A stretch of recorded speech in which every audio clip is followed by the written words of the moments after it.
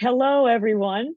We're delighted to welcome you today to the session of ACB Connects. We extend a special warm welcome to everyone who is joining us for the first time and to all our international guests. I'm Gail Brechting, the past president of ACB, and it's my pleasure to welcome you to today's discussion. Managing Your Band Part 1, Strategic Plan. We're especially excited to be welcoming Keith Hodgson, ACB member and director of the South Jersey Area Wind Ensemble. He will be sharing their strategic plan. We also have a panel of ACB members holding various positions with their bands, prepared to share their questions and ideas. ACB Connects is sponsored by the Association of Concert Bands, an international nonprofit organization whose mission is to foster excellence in concert band music through performance, education, and advocacy. Our membership includes concert community bands, band directors, individual members, and corporate members. Everyone who cares about concert bands is welcome to become a member. Today's session is presented as a service to our members and as an outreach to the music community. Before we get started today, we have a few housekeeping items. For optimal audio, everyone except the presenters have been muted. Today's session will be recorded and will be archived along with previous sessions that can be accessed from the ACB Connects page on the ACB website. And finally, if you have any questions or comments, please share these in the chat. While we can't guarantee a response to everything that's posted, as many questions as time permits will be addressed. So now it's my honor to introduce our first guest, Mr. Keith Hodgson. Keith is an assistant professor of music education at the University of the Arts in Philadelphia, Pennsylvania. He is a Conn-Selmer educational clinician, the director of education for Seswitz Music, conductor of the South Jersey Area Wind Ensemble, and the head director of the American Music Abroad Gold Tour in Europe. He is an active guest conductor, band clinician, and guest speaker. His career includes 26 years as a high school band director and music educator in New Jersey. He is the past president to the Eastern Division and chair of the Professional Learning and Partnerships Committee for the National Association for Music Education, a past president of the New Jersey Music Educators Association, and a national board certified teacher, the recipient of the 2014 New Jersey Governor's Award in the Arts for Leadership in Music, and was honored with the 2016 Distinguished Service Award by the New Jersey Music Educators Association for Leadership in Music. Other panelists that we have today include Rose Wiersma. The Zeeland Community Band in Southwest Michigan is in its 12th year under the baton of Rose Wiersma. The group has grown to be an outstanding band, providing wonderful music for the community, young and old, at various locations throughout the year.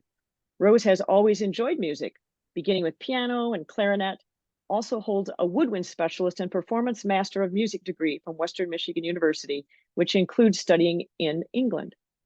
Rose served as a band director and music department chair for the Coopersville area public schools and taught woodwind instrument classes at Grand Valley State University. She's also served in music ministry at various churches. As a performer, Rose has enjoyed band and orchestra concert tours through Europe, the United States, Canada, China, and Mongolia. Currently, Rose performs in several large and small ensembles and pit orchestras for theater groups throughout Southwest Michigan. And do we have Clay here yet? Okay, one of our panelists wasn't here yet, so I will go past that and come back to him. Another one of our panelists is Ned Snow. Ned plays trumpet with two ACB member bands based in Santa Fe, New Mexico, the Santa Fe Concert Band and the High Desert Winds. He is currently serving as president of High Desert Wind. Ned has 26 years of corporate finance at tech companies in the Silicon Valley.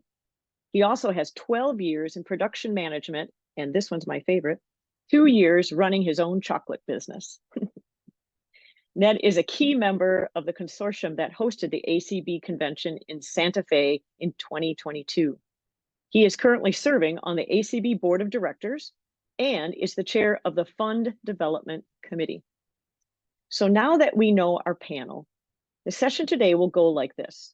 Keith will share the South Jersey Area Wind Ensemble strategic plan. And then following that presentation, I'll begin with questions about the plan.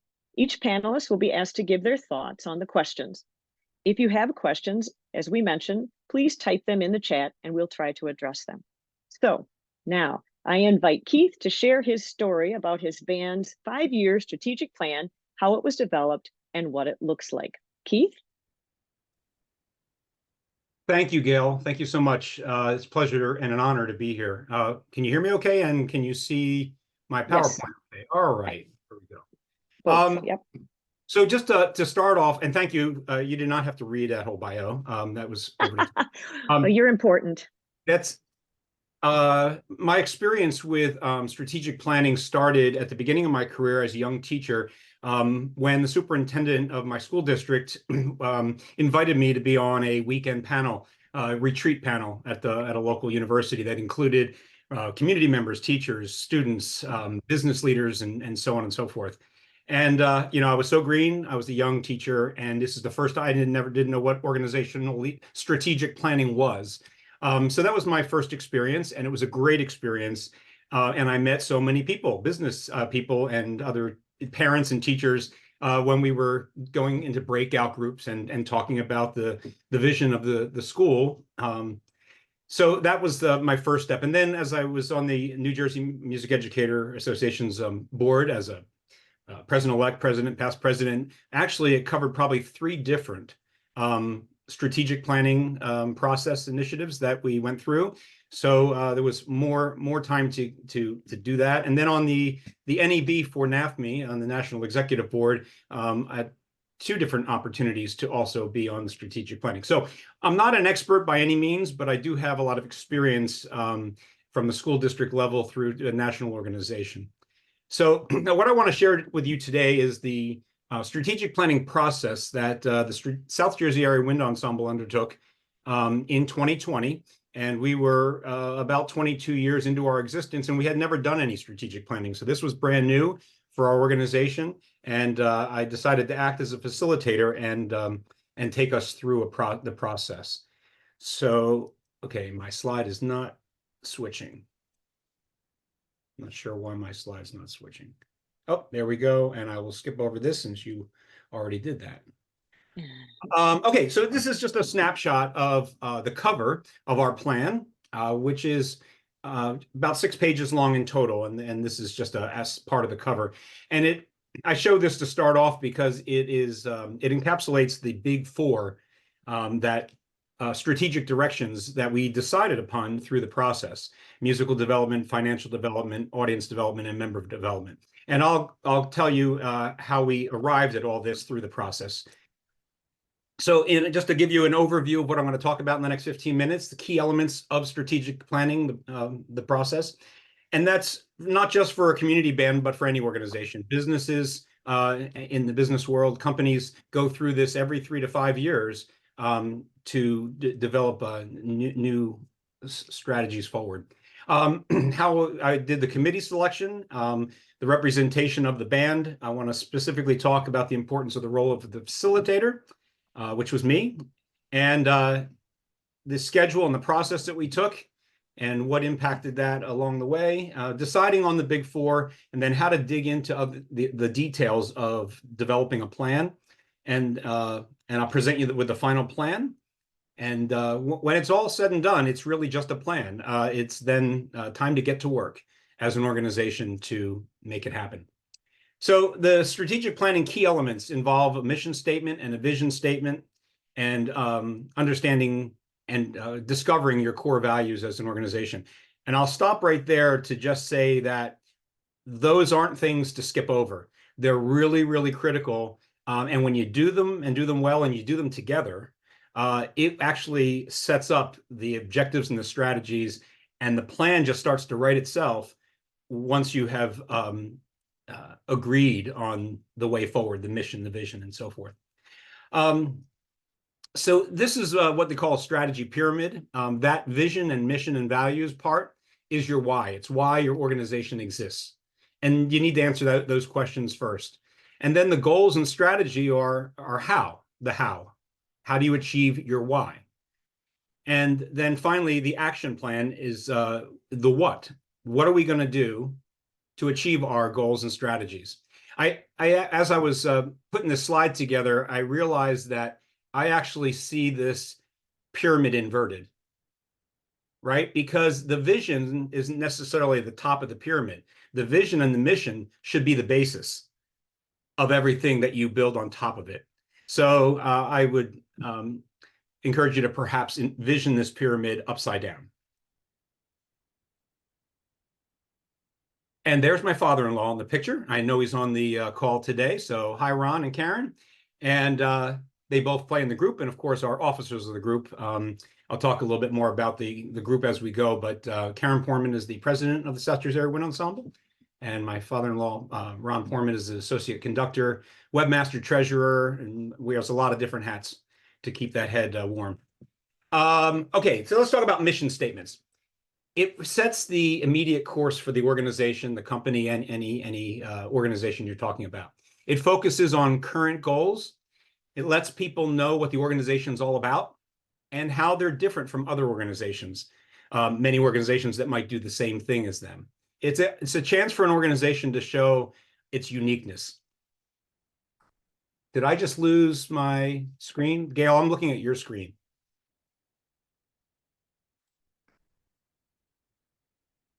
Do I need to try to share again? Yeah, go ahead and share once more.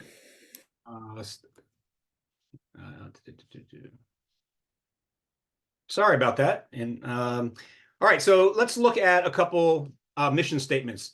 I've actually blocked out the company. Anybody want to guess? Well, you don't have to unmute to guess. I'll just have you think about it. To inspire and nurture the human spirit, one person, one cup, and one neighborhood at a time. Anybody know whose mission statement that is? That's Starbucks.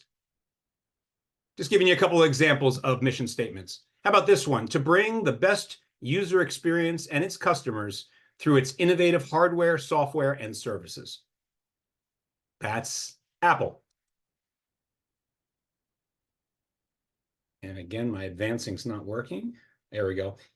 To organize the world's information and make it universally accessible and useful. That's Google. And the last one here, to save people money so they can live better. That's Walmart. So it just gives you a couple examples of some mission statements. I wanted to share with you what our mission statement is. And this took a lot of wordsmithing. You would think that this was very simple to put together and it would have been done in like 5 minutes. This actually took like 25 to 30 minutes with a group of about 15 people in a room. The South Jersey Area Wind Ensemble is committed to musical excellence, engaging local and global communities through live and recorded performances, and instilling a lifetime love of music and the arts.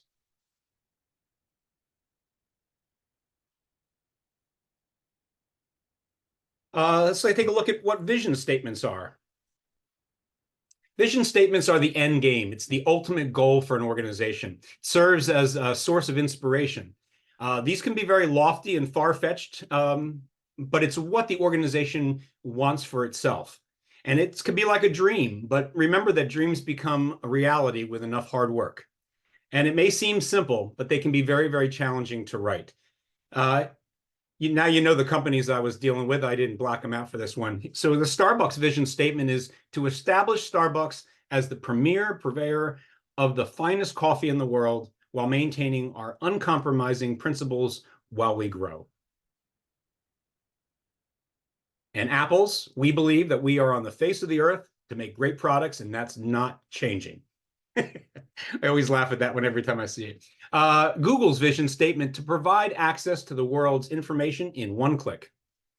And Walmart's whoops, I just went away on me and I didn't see. Be the destination for customers to save money, no matter how they want to shop.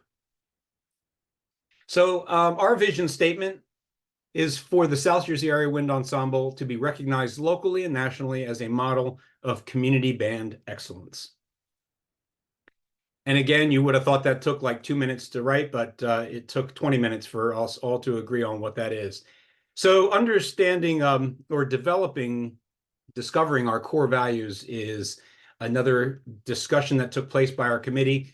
And I'll say that these right here probably represent the business world more than a community band, but just to give you an idea of what some samples of core values are, from quality and integrity and teamwork, respect, good citizenship, like a will to win, probably focused more on a company in the business world, personal accountability.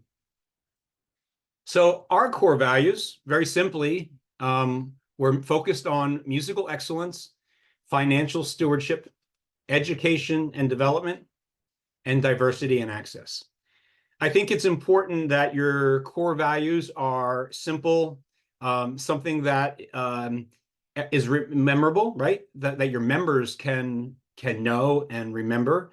So putting a whole list of, say, beliefs together, you might believe a lot of different things, but this isn't necessarily all the things we believe in. It's just some core values. And that's actually what's going to drive the strategic plan. Okay, so getting to the objectives. The committee, this is the committee that I put together. One of the things that I thought about doing was having each section of the band. Well, I knew I wanted every section of the band represented in the committee, on the committee. I thought about having each section maybe vote or nominate somebody from their section. But I actually did not end up going that direction. I actually asked individuals at a rehearsal if they would be interested and willing to serve on this committee that we were going to do. And so it was a purposeful selection. And I got one person from each section of the band. It also included several board members. It's not something that the entire board needs to be involved in, but certainly we wanted a handful of board members from various sections to be involved. And as you see, as the conductor of this group, I was serving as the facilitator. So, and I'll talk more about the role. Well, I'll talk about that right now. So the role of the facilitator, it's important that their job is to draw out ideas and perceptions of others, not to influence it. So it's, I'm thinking most conductors of a group would want to have a lot to say about their plan, their strategic plan. But I tried very hard to keep myself out of it and instead ask questions of the others to get them to think and come up with the ideas. And I did more of the note taking on the computer screen that we were all looking at, projected or on poster paper. We used a lot of large poster paper for this. So most facilitators in organizations and companies, when they do strategic planning, are brought in, all right, as an independent guide. Who has the knowledge of the process. Often these people don't know anything about your organization or even what your organization does. They're really there to help just guide the process. So for me as the conductor, it took definitely a lot of thoughtful consideration to remove myself and just remain a facilitator. So the way the meeting dates were set up, this gives you an outline of how we were going to accomplish the strategic plan. So the first thing we did was get on a Zoom, an online meeting in February. This is 2020, by the way. All think back about 2020, February 2020, what we were all doing. And we had an online meeting to basically go over the overview and introduce the committee to the process and begin discussions on the mission and the vision. But that we didn't have a lot of time. It was just about 45 minutes. And we weren't really planning to have any outcomes from this meeting. It was just all introductory overview and getting the discussion started.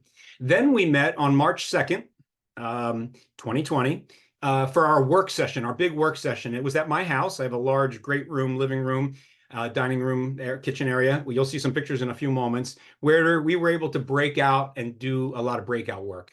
That was 2 hours long. And there's an awful lot to get done in that 2 hours, a lot of wordsmithing to do. That's when we came up with the mission and the vision statements. We all wordsmithed that together. And then we also did a lot of breakouts with some worksheets, and I'll show you those in a few moments. The majority of the work was done in that 2 hours. Then something happened, right? The whole world shut down between my work session 2 and 3. And so The next work session that we had meant to be in person ended up having to be on Zoom, but it worked out fine. We were able to dig in and get our work done on a Zoom call there.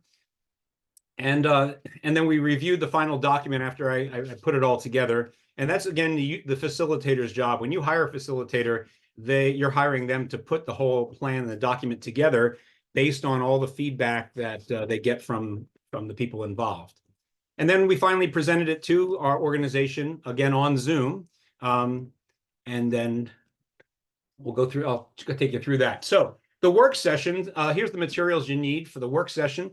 A projection, either a large screen or a big TV, so that a large group of people can be led through the process and the discussions that things that you're working on.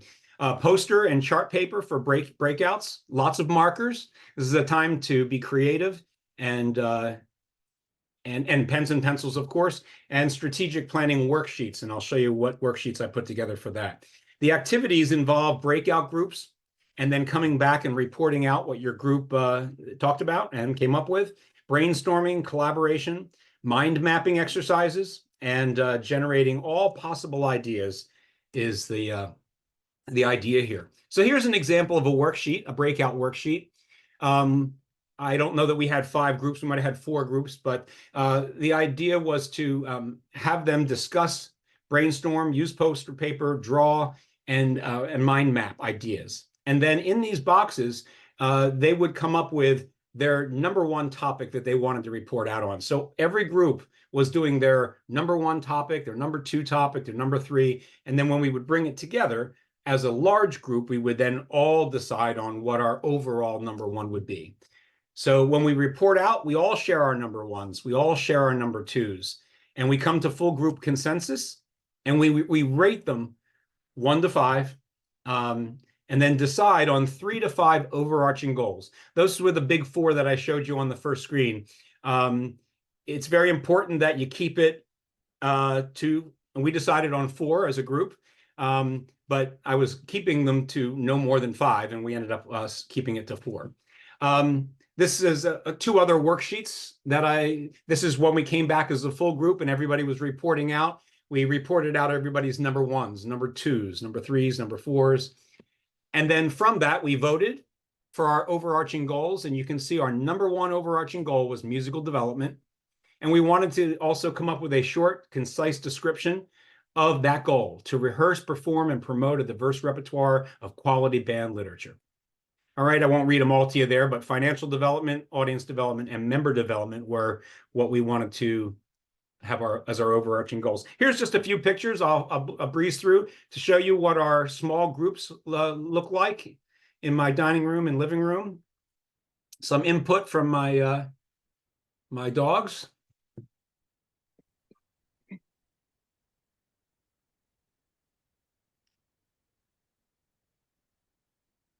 And that evening, we came up with these 4 overarching goals, as I mentioned. Another important thing to do was to come up with an enduring understanding statement for each of our overarching goals. So for musical development, this is what we will do. The South Jersey Area Wind Ensemble will rehearse, perform, and promote a diverse repertoire of quality band literature. The financial development, the South Jersey Area Wind Ensemble will solidify financial stability and growth. The audience development, the South Jersey Area Wind Ensemble will expand and engage diverse audiences locally and globally. And the member development, the South Jersey Area Wind Ensemble will promote and provide personal and professional development. So digging into some strategies, under each of those strategies, strategic directions, we need to come up with a targeted list of strategies.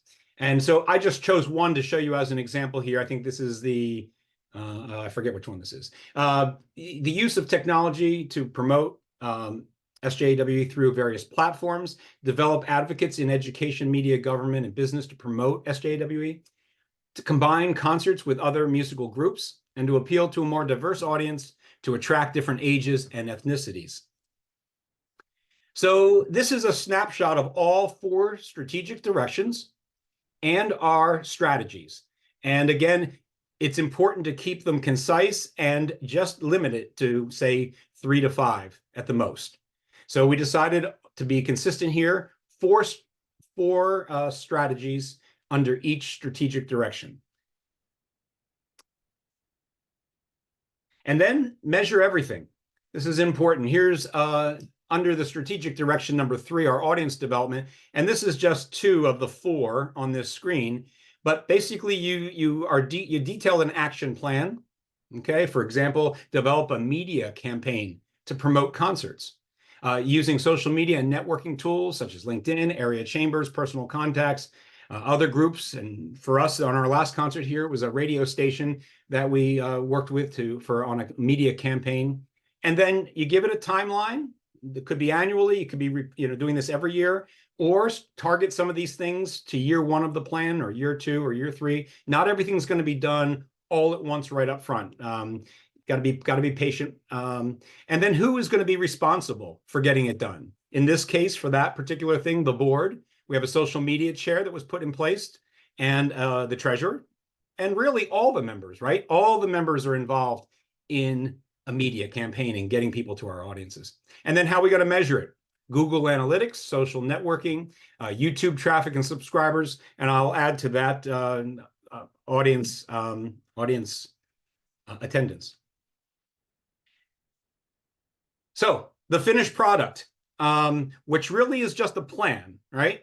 As I was putting this together, I was thinking to myself, the finished product was what the screen said. And I really realized, well, no, this is just the plan. The product is how the organization really carries it all out. And that's going to take 3, 4, 5 years to do, whatever it is. But it's important that when you have the plan, that you communicate it. And that's why the last meeting was on Zoom with our organization to share what the committee had done and the work. And then, of course, post it.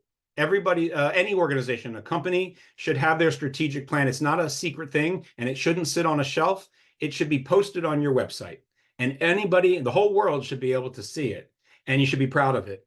And most importantly, it becomes an active document so that you are constantly being refreshed and you're being reflective about what you need to do and to keep moving forward. So now the work begins. This is a quick snapshot of all 6 pages. That's the cover, the committee. And then this is important. The second page of the plan, that's really a 1-page snapshot of the entire plan. Your mission, your vision, your core values, all 4 strategic directions, and all your strategies. The only thing that's missing is the details of metrics and who's carrying it out and what the timeline is. So I'll just go to the next 4 pages, and that's what this shows. You can see underneath each direction, the action plan, timeline, who carries it out, and how we're measuring it for number 2 and strategic 3 and 4. And by the way, you're all welcome to go to our website and get this, or you can scan the QR code I'm going to have on the next slide, and you can just download it. So just to wrap this up, the key to a successful strategic plan should be a living, breathing, dynamic document that you visit often, revising it and tweaking it as your organization changes and grows. That's important. It does not have to stay in the form that I just showed you. It can be revised as you go. And finally, my key takeaways from strategic planning with any of the ones that I've been involved in is that it's a collaboration, right? It's representation, it's facilitation, it's communication, it's presentation, and it's documentation. And most importantly, it's a reflective process throughout your carrying out your plan.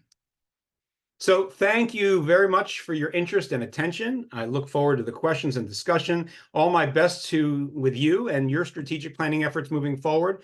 And I will leave you with this QR code right there. If anybody wants to take a snapshot of that QR code, you could download the PDF of the South Jersey Wind Ensemble's plan. And with that, I will stop sharing. All right. Well, that was fantastic. Amazing how you were able to put that all together. I would like to, before we get into some of the questions and things, we were able to have our other panelists come on, and I believe it is Clay Hooten, and Clay is here. There he is. Clay recently finished 24 years as director of bands at, is it Dardanelle? Did I say that Dardanelle. correctly? Dardanelle High School. And he taught 29 years in Arkansas, and his bands continually made superior ratings in marching, concert, and jazz. There's many things that you have done to be able to go on. One of the things, though, is that I'm interested in is that you're mentoring young band directors and meeting the needs of several bands in Arkansas. But reason that we asked you to be on this particular panel was because you're interested in starting a community band. And so that was the reason that Clay is here. So thank you, Clay, for being here today. So now I'd like to have Keith and our panelists up. I want to ask a couple questions. Keith, first of all, one of my questions is to you. When you started this, the band was already in existence, am I correct? And you were how many years into being an ensemble? Yeah, probably 22 years in. We started in 1997. And like I said, we had been well over 20. We had just done our 20th anniversary concert. We had never done strategic planning before. So okay. And may I ask you, what gave you the reason to want to consider it? Was there someone that said something? Did you see something? What was the reason? No, it was that I was very involved in strategic planning in other organizations, mainly NAFME. And I thought, you know what, we should be doing this as well. And interesting, as I hadn't really thought of this in this much detail, but as I was just presenting all that, I was realizing all the things that I was saying really have been being carried out. We have not, I'll be very honest, we have not gotten together and done a group reflection of where we are and looking at that, but it has been carried out, and not necessarily by me, but by the board and by Karen and Ron and so forth. And the chair and committees that we have with the different aspects of our group. Right. Well, thank you for answering that. And the reason I ask that is sometimes I think it's overwhelming when we see such a well put together document that a lot of work went into. As we start to look at it with our own ensembles or our own groups that we're in, whether we're the director or whether we're a board member or a player, it could be somewhat overwhelming to think about it, but it is good business practice, I think, for so many reasons. I think it allows you to have goals. I'm going to ask, I'll just start around, Rose, if your ensemble has anything like this, or maybe I'll even say, do you have a board of directors? I know your group it has already been developed. So I'll start with Rose. So we have a board, and we do have like guidelines for membership and a little outline of how the band is formed. We do not have a strategic plan at all. We're a pretty loosely administratively organized group. We do what we have to meet and make decisions, but we don't have this fine in detail by any means. Okay. But let me ask you this, and I'm going to ask everybody this on this panel. Seeing this, does this give you reason to think you might want to do something different than you're doing? Doesn't have to be what Keith has done, but anything that would go along with that. I think without being so laid out and written down like this, there is the idea of where are we going? How is it growing? And many of the same areas are thought about. It's just not as formalized. Okay, thank you. Thank you very much. One of the questions, and I'll come to Ned in just a moment. One of the questions was, Keith, how many members are in your organization? From concert to concert, it fluctuates, but approximately 75. Okay, all right, thank you very much. Ned, my question to you then is, do either of the bands that you're involved with have anything like this? Oops, you're muted. There I go. Yes, as a matter of fact, about a year ago, High Desert Winds established a mission, and let me pull it up right here. Share. Our mission statement is to serve northern New Mexico with a high-level wind band literature. And we strive to invite people of all ages, especially students, give them a good experience before they, usually high school students, usually give them experience before they head off to college. And hopefully when they finish college and if they return to Santa Fe, that they'll be part of our group going forward. Then we set up some purpose and objectives. And I won't go through all of these, but you can glance at them as I'm speaking. And the idea that the next thing we need to do is take the next step and come back and revisit this, of course, as Keith mentioned, but also to track our metrics, establish metrics and track them against these objectives. And finally, the vision statement of where we want to end up, that we want to provide our area with performances of wind ensemble literature of the highest quality and involve adult musicians from the community at large, music educators, that's really important to us too, and student musicians.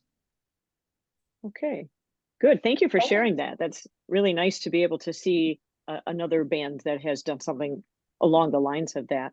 And Clay, I know you haven't started an ensemble yet that you would do anything with like this, but I know you've been involved with a lot of organizations too. So if you have so many comments.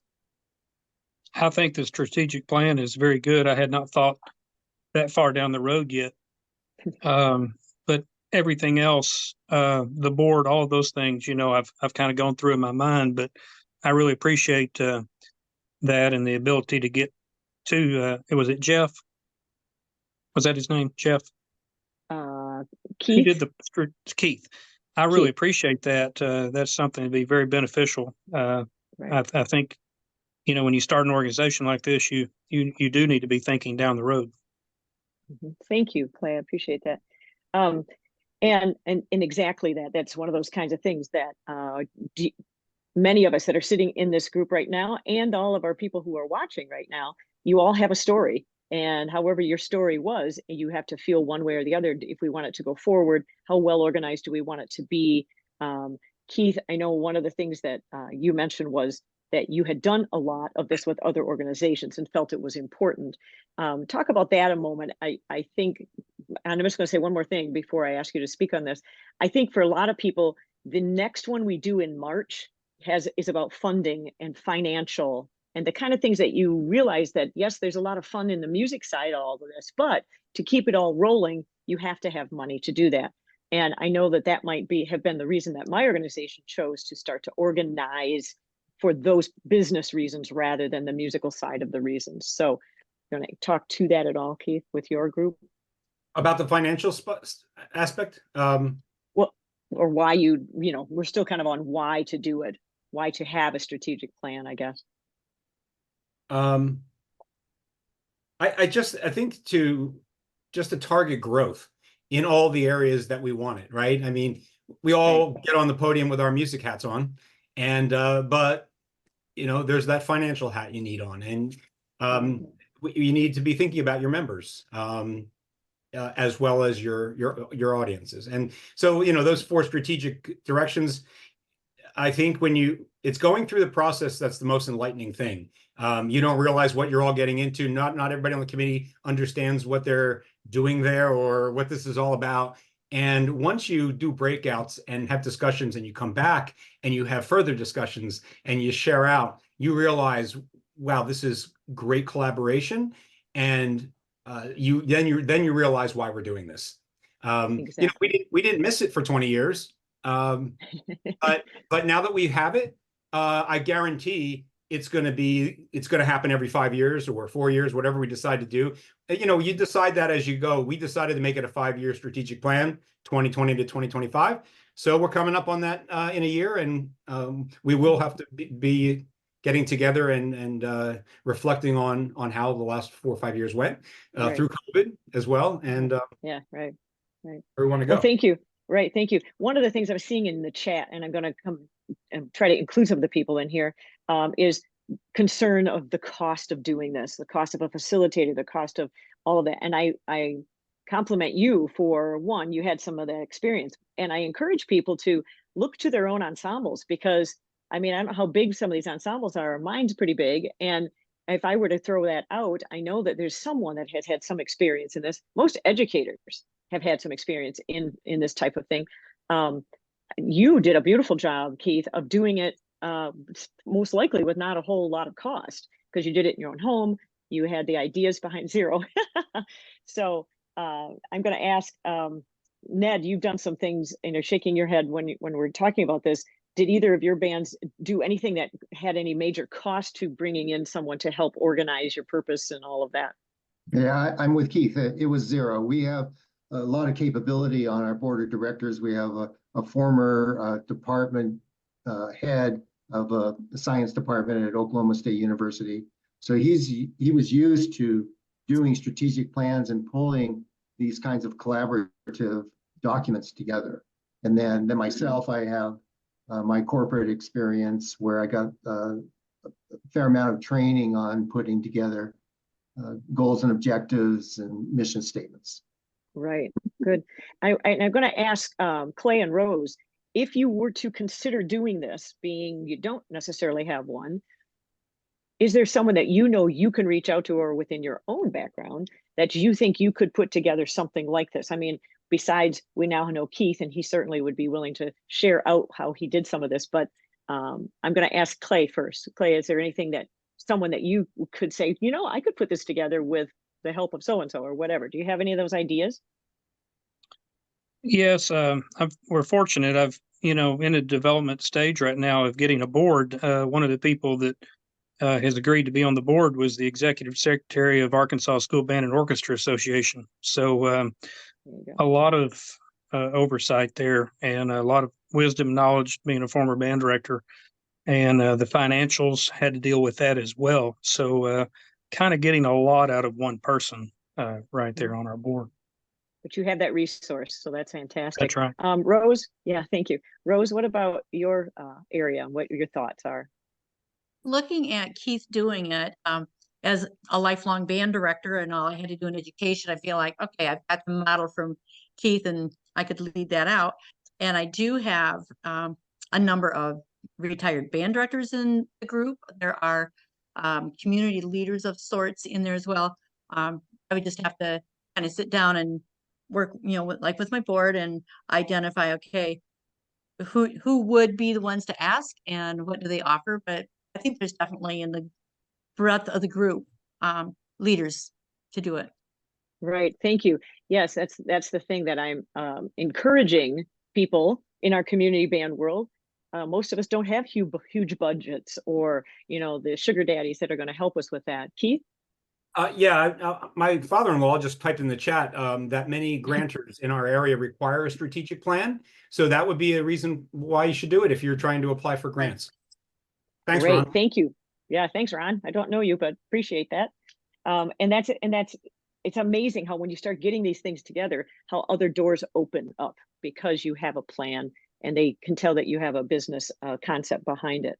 I want to look at the 4 levels of your strategic plan: your musical development, your financial development, your audience development, and your member. I'm assuming that means members of your band development. And I'm going to ask the 3 panelists to think about, if you only would choose one of those that you feel the most important right now for maybe where your ensemble is or hopes to be, what one would you say that I would definitely or hadn't thought about but think it's important? Okay, so Keith, I'm going to ask you, when you started it, was there one in particular that you felt, I really would like to see this get developed better? Well, I mean, I felt I was handling the musical side of direction, because that's my job as the conductor. Yeah, right. Do that. But I think we all shared the financial, right? The financial thing. We were always in the black. We were keeping our head above water.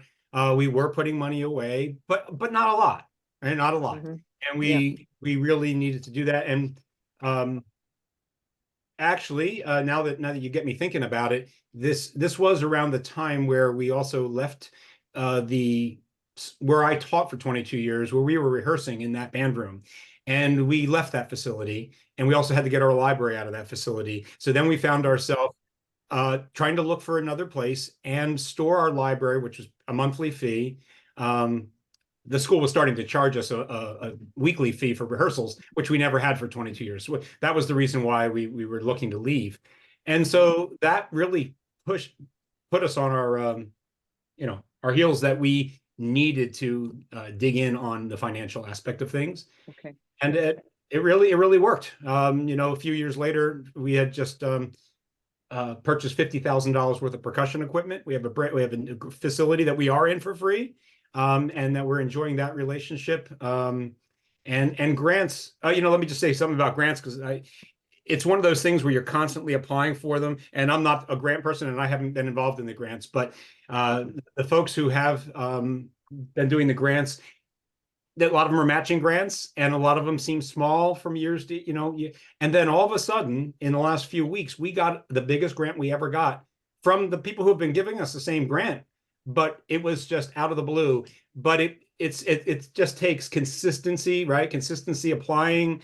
And you never know when something like that's just gonna happen. So. Absolutely. That's right. That's right. You had to line it up. Let me go to Clay, because he's just starting to think about doing this and getting some things in line. So of those four, what would you consider, Clay? I'm with Keith. Same thing. And no part of this am I afraid of, but the financial part. And thank goodness, I think Jeff Marlowe's probably on with us today. Has a community band there in Fort Smith. Has met with me and told me how they put the concert series together and how the community comes together there in Fort Smith when they do concerts to help subsidize the cost. So beginning an ensemble, I mean, there's a lot of startup cost. Or you just get really lucky, right? Because you've got to have all the percussion stuff. You've got to, the meeting space, all of that. Hopefully the meeting space would work itself out, but that's the part that scares me the most. And I think that's going to be a key person on the team, is a person short term, the 501(c)(3), getting that set up so that you can do grants, and meeting with key people in our city of Russellville to see what kind of obligation the city would have for, say, a 4th of July concert, this and that concert, and have steady monies coming in on a regular basis so that we can at least survive, when we begin. Good. Thank you, Clay. Ned, what about you? Of those four, for one of the groups, I know you're more involved with one than the other, you play in one, but is there something in particular that makes you think I would like to know more about that, or work harder on that? Well, I know that we need to work harder on our audience development on both ACB member bands I play with working on getting a more diverse audience, particularly with the concert band. It's something that we've discussed in the band. And I saw Paul Kennedy's on here. Paul Kennedy is the president of the Santa Fe Concert Band. So Paul, if you want to chime in with a chat, feel free.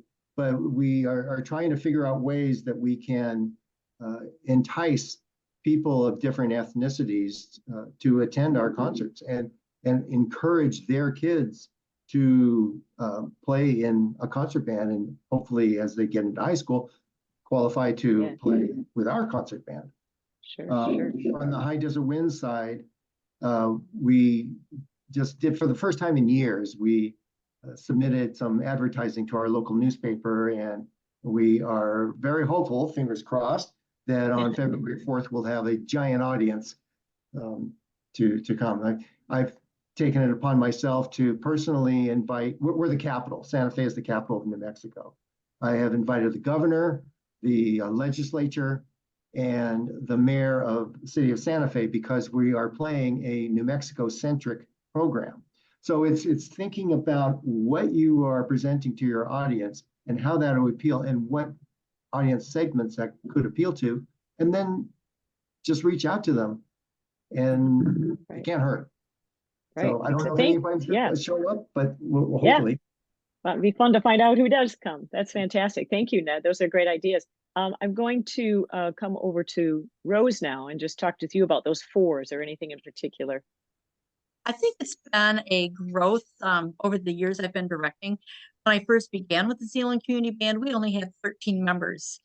And so I was a little, 13 people and you need a director. Yes, we want you to direct. So I started out at the membership level, like, we've got to have more people. And over the years, now we are a much larger band. We're between 60, 65. We outgrew the performance stage we were using in the school system, had to move up to a larger auditorium for the high school. And I really went to the band and said, okay, you've outgrown your stage, but you have to have an audience that outgrew the auditorium as well. So really working with the members with, okay, where can you do your invitations? And we have some business cards, we have postcards with all of our dates to hand it out and say, hey, this is the one that we're playing next. So with the member development, the musical development was the natural growth for it. Audience development, we really worked over the last few years, particularly right before COVID, finally got to a point of trying to build relationship with the, like within the community, trying to get to the Rotary and different events that are in the town to say, you've got the Zeeland Community Band. We are your band. When do you need a band? If you've got an event, you need a band. Okay, we're yours. Give us the invite. So that's been it. But financially, we do not have grants going right now. We've applied for some, haven't won them yet. It's mostly just donations. The keeping our band within the school system has been very important. My fellow community band directors and public school teachers have been very positive about keep that relationship with the school system, that the community band is a natural outgrowth from education happening in the schools. Consequently, we should be able to use your room. We should be able to rehearse there. Currently, we're doing very well with that. In the past, we had a very minimal fee. Our current auditorium fee is in question, and we're kind of waiting to see how that pans out. But one of my neighboring community bands just went through the discussions with band directors, the auditorium manager, superintendent, and it washed out that they can use that auditorium and facility with no charge whatsoever because they are enriching the community.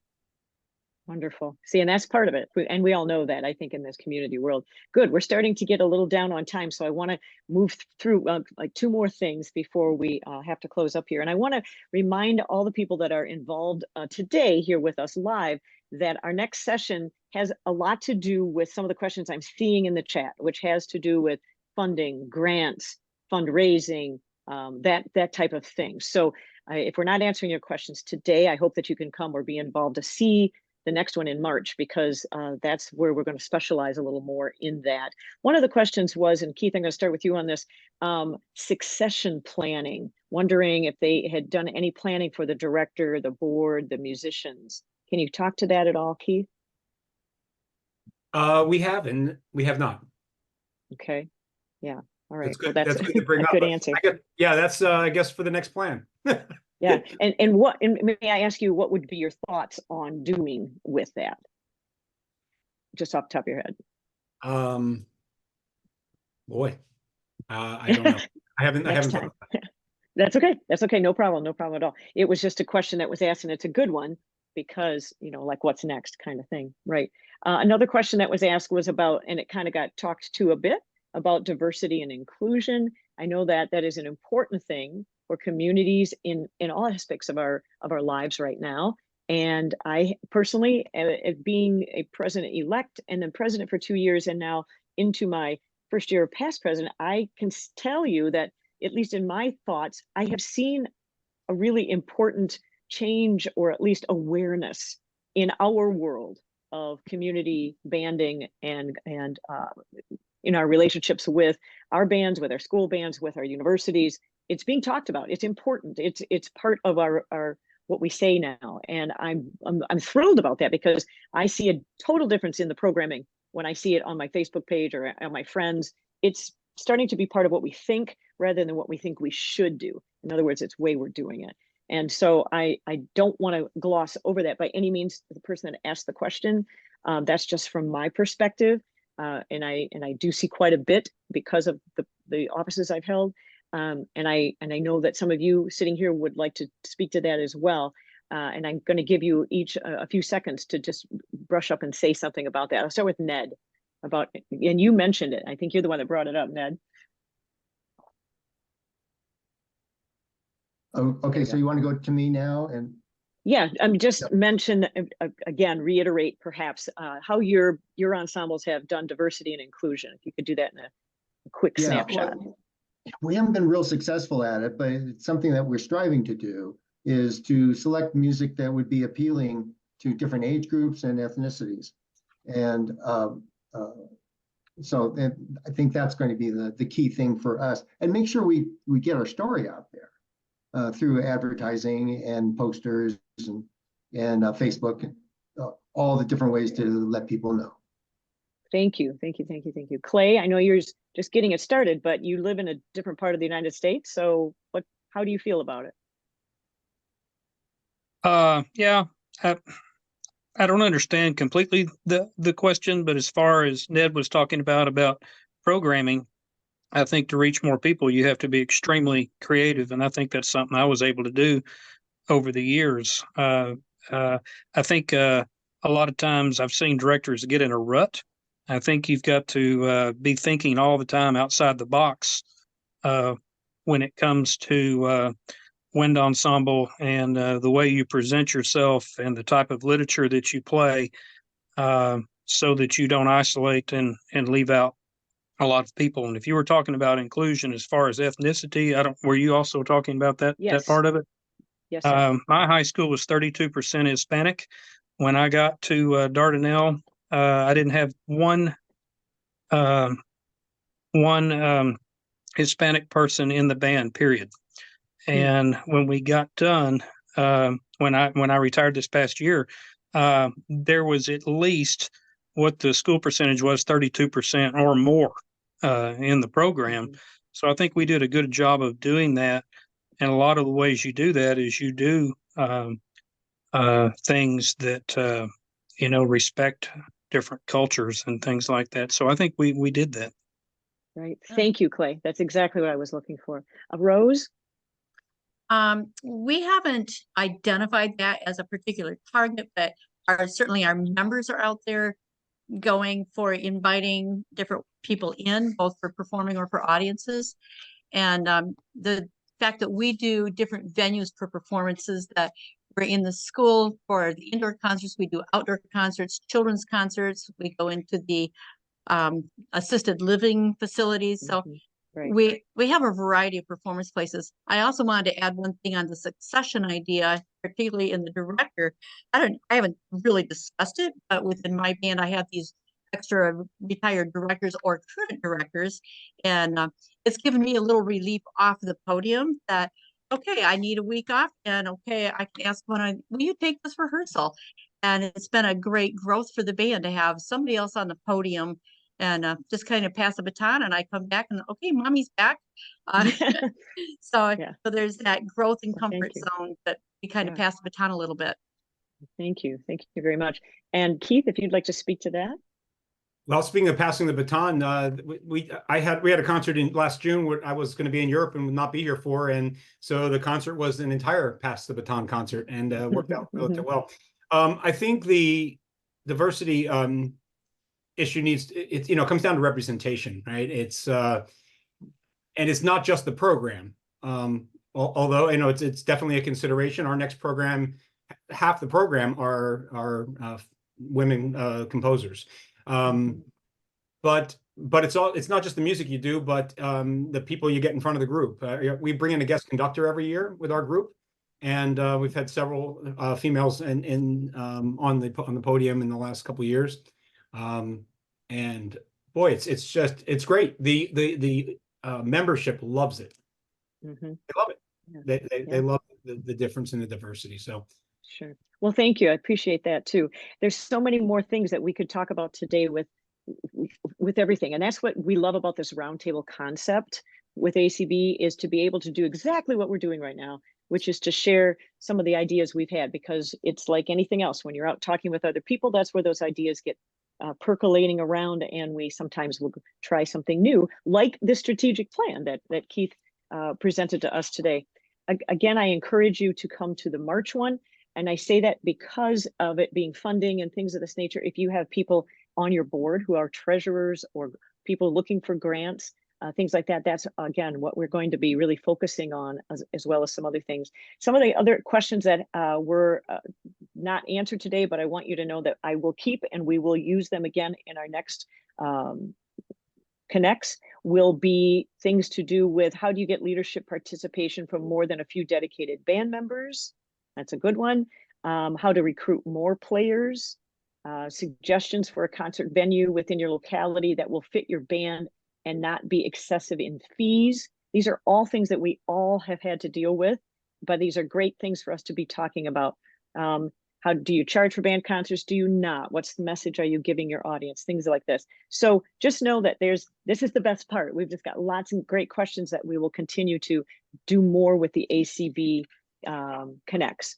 And so with that, we're very grateful to learn about your strategic plan, Keith. Thank you for a wonderful program. I know that you're going to be able to connect with us by we'll have the link on when you go to our website and give it about 24 hours for those people that want that link. I think it got put into the chat as well. So don't be afraid to check that out for that. Keith, you're a wonderful resource, and we thank you for your organizational skills and allowing us to kind of pick your brain a little bit today. I also want to extend my gratitude to our other panelists, Rose and Ned and Clay. Thank you for your thoughts and your ideas. It's very important to hear from people all over the United States for these kinds of things. And of course, I would also like to offer my special thanks to the whole background ACB Connects team that are behind the scenes that you're not seeing, and there's a number of them. So the next ACB Connect session, Managing Your Band Part 2, Funding and Fundraising, will be Sunday, March 3rd, again at 4 p.m. Eastern Time, where we'll be discussing the funding and fundraising and encourage you to attend and invite especially your band treasurers as we delve into the money matters of community bands.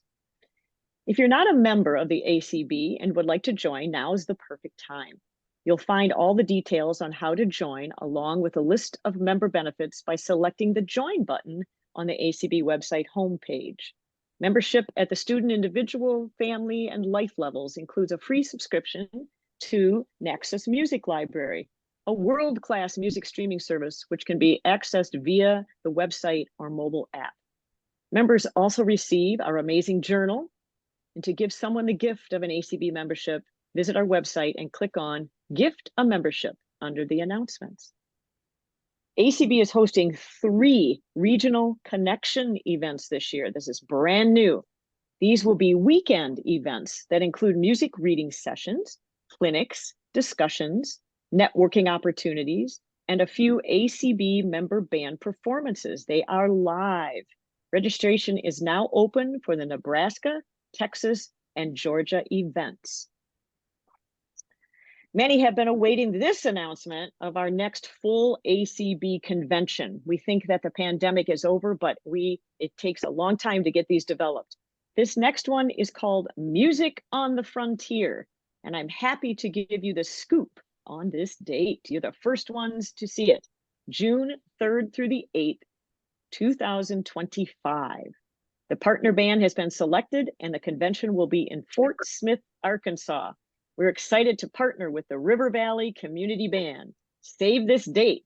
Look for the announcement in your email at the end of this month and in the ACB Journal and on our social media. For general information about ACB or to access all the links mentioned today, including access to over 20 previously recorded sessions of ACB Connects, please visit our website homepage at acbands.org. We'd also love to have you follow us on Facebook.